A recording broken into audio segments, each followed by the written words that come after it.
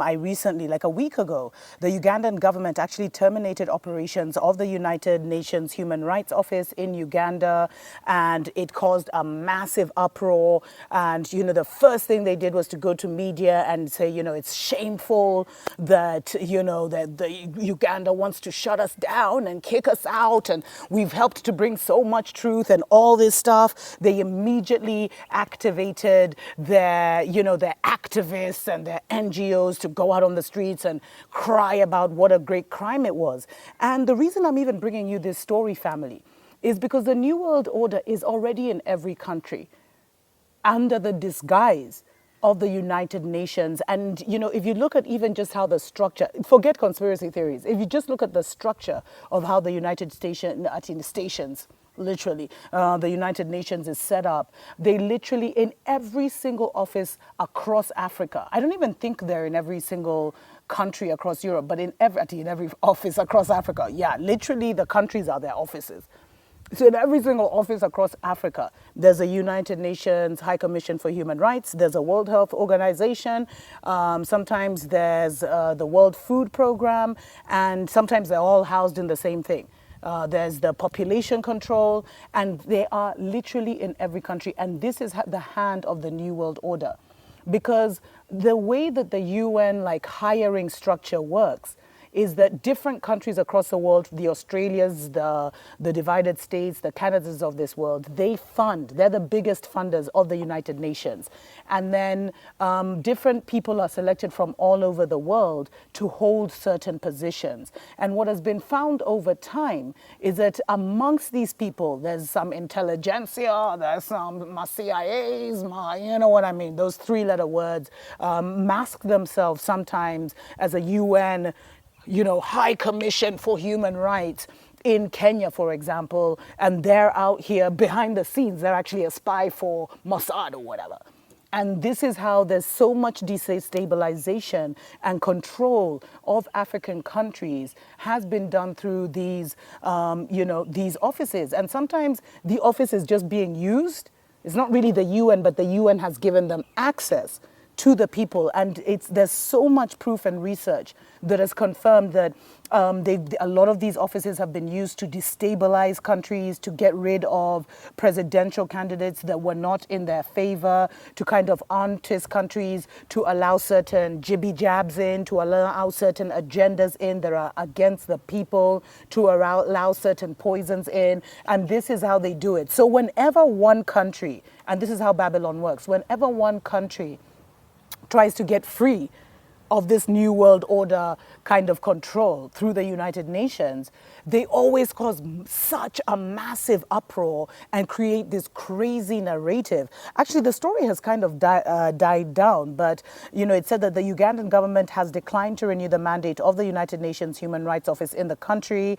In a February 3rd, 2023 correspondence, government says they will not be renewing the host country agreement signed with the Office of the United Nations High Commissioner for Human Rights in Uganda when it expires.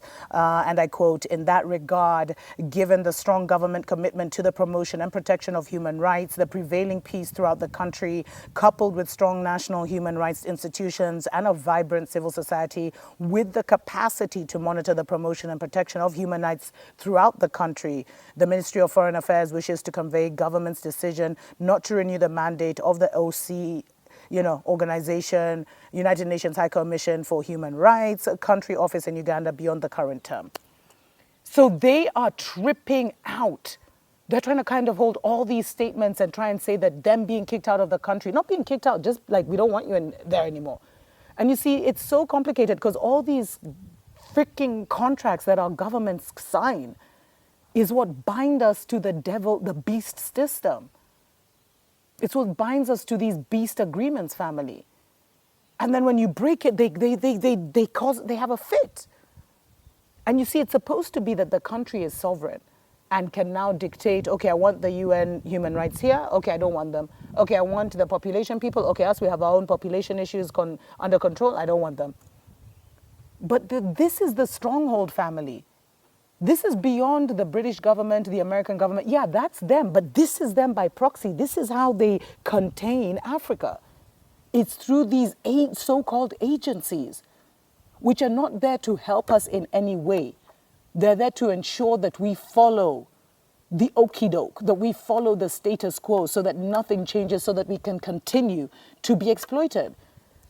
They're like the left hand of the Americas and the freaking Illuminati and the cabals and the divided states of this world. So on the one hand, the divided states, the divided kingdom with their armies, France, Belgium, they're coming in this way, making sure there's a military presence in every African country. And then on the other hand, they're coming with these so-called UN agencies because we're not able to handle our own affairs. We need someone to tell us how to have children. We need people to give us food.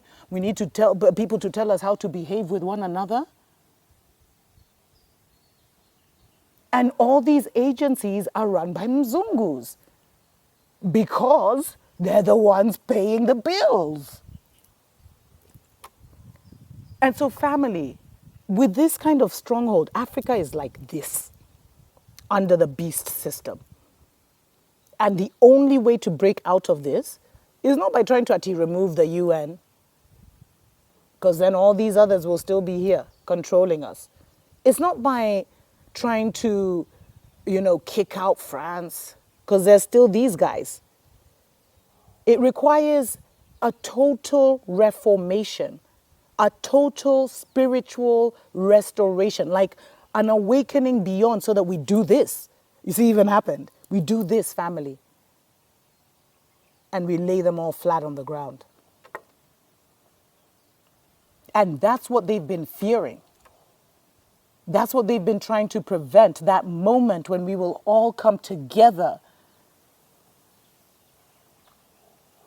and our unity will come back together and just remove everything, shift everything in a twinkle of an eye. Like you flick a mosquito off you or something.